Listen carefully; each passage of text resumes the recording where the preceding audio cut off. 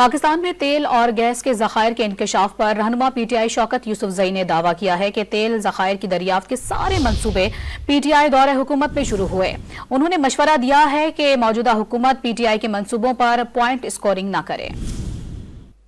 2019 25 मार्च 2019 को आपने अगर इमरान खान की प्रेस कॉन्फ्रेंस देखी हो, उस वक्त वो वज़ीर आज़म थे और उन्होंने ये कौम को खुशखबरी दी थी कि ज़ेर समंदर एशिया का सबसे बड़ा तेल और गैस का ज़खायर जो दरियाफ्त हुआ है।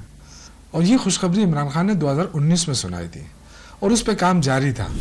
और आज ये कह रहे हैं कि जी हमारे दौर में हुआ है, तो बड़े अफसोस की बात है। इस तरह तो इन्होंने डैमों के भी बड़े वो इफ्तिताह शुरू कर दिए थे कि जी हम ये डैम बना रहे हैं, वो डैम बना रहे हैं, लेकिन डैम पे काम तो इमरान खान ने शुरू किया।